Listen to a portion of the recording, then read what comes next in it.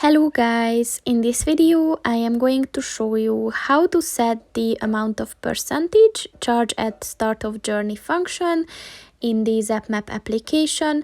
But first I just want to mention, don't forget to subscribe to my channel, because at 10,000 subscribers I am going to show you my whole YouTube revenue statistics and growth strategy, as well as how to make money online. Let's jump into it. First of all, open the application on your phone and then click on the Routes button at the bottom of the page. And then click on the Create a Route Plan button. And then click on the starting location to set that and the destination as well.